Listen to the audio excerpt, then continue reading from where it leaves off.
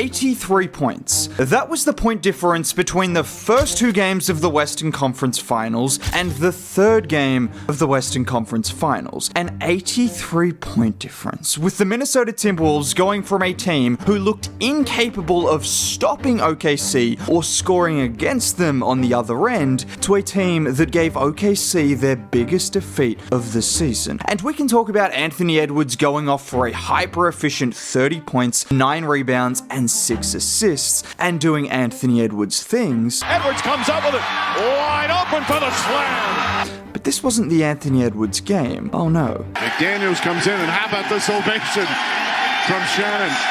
Terrance Shannon Jr. with the best minutes of his young NBA career.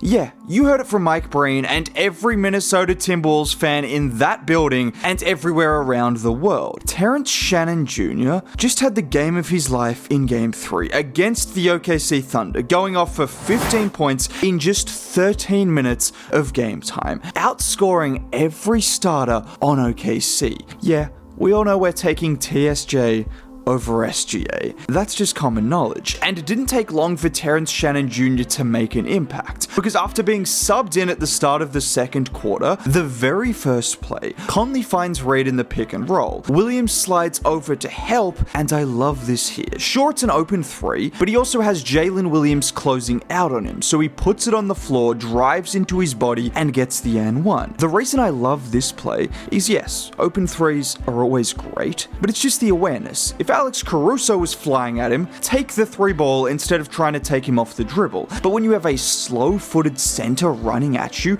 put the ball on the floor and make that play off the dribble. And that's often the difference between being a guy who can make a difference in the playoffs and someone who can't. It's the ability to make those plays on the fly, the read and react ability, and the skill set to go along with it. And how about 20 seconds later? Exactly what I'm talking about. Again, if OKC are going to leave Jalen Williams to guard Terrance Shannon Jr., make him pay with that quick take off the catch and a smooth pull-up jumper. And a couple of minutes later, he showed us that, yeah, I'm not a one-way player either, as he gets switched onto Caruso initially and then has the hands to poke the ball away from J-Dub, and then in transition, with Alex Caruso in front of him, he just glides to the rim. If you want to know why TSJ received a standing ovation, it's because in the span of 4 minutes, he came in and scored 7 points, picked up a steal, and helped push the Wolves' lead beyond 20 points. And even late in the game, after OKC had emptied the bench, he didn't slow down, knocking down this 3 before showing off that aggression and ability to attack the rim again. And I think it's pretty obvious to see from the clips that none of this was a fluke.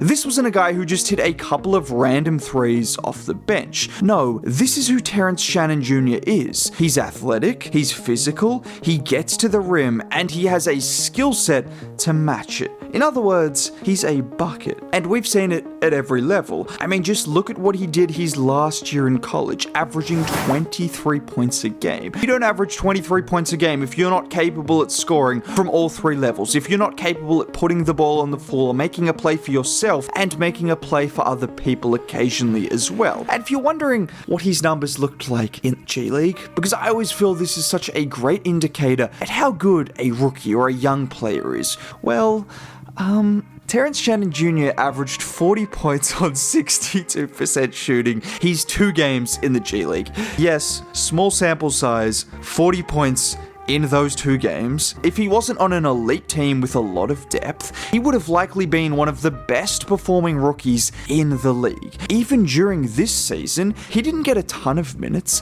but he had some nice moments, including scoring double digits in every game in which he played at least 20 minutes, including a 17-10 game versus OKC in an overtime win, which Wolves fans would remember as the game in which Anthony Edwards sat out most of the fourth quarter and overtime in favor of Terrance Shannon Jr. because he was playing that well. And it was the same story in that game as well, just relentlessly attacking the rim against OKC. Just look at him here, getting the handoff from Clark, and with Joe in front of him, look at the snatchback dribble before then using his size, strength, and balance to attack Joe off the dribble and get to the rim. And this is also the advantage of getting ready-made NBA players in the draft. One thing I haven't mentioned is he is 24. He is a rookie, but he is 24 years old, and there are people who have conflicting opinions on that. On one hand, you are less likely to get someone with superstar upside, excluding guys like Jalen Brunson, Damian Lillard, and a few rare examples. But on the other hand, we all know about the new CBA. I mean, it's a bit confusing, but essentially, it has never been more difficult to pay and retain high-level rosters than ever before. We saw it with Denver after they won the championship. A big reason Minnesota traded Cat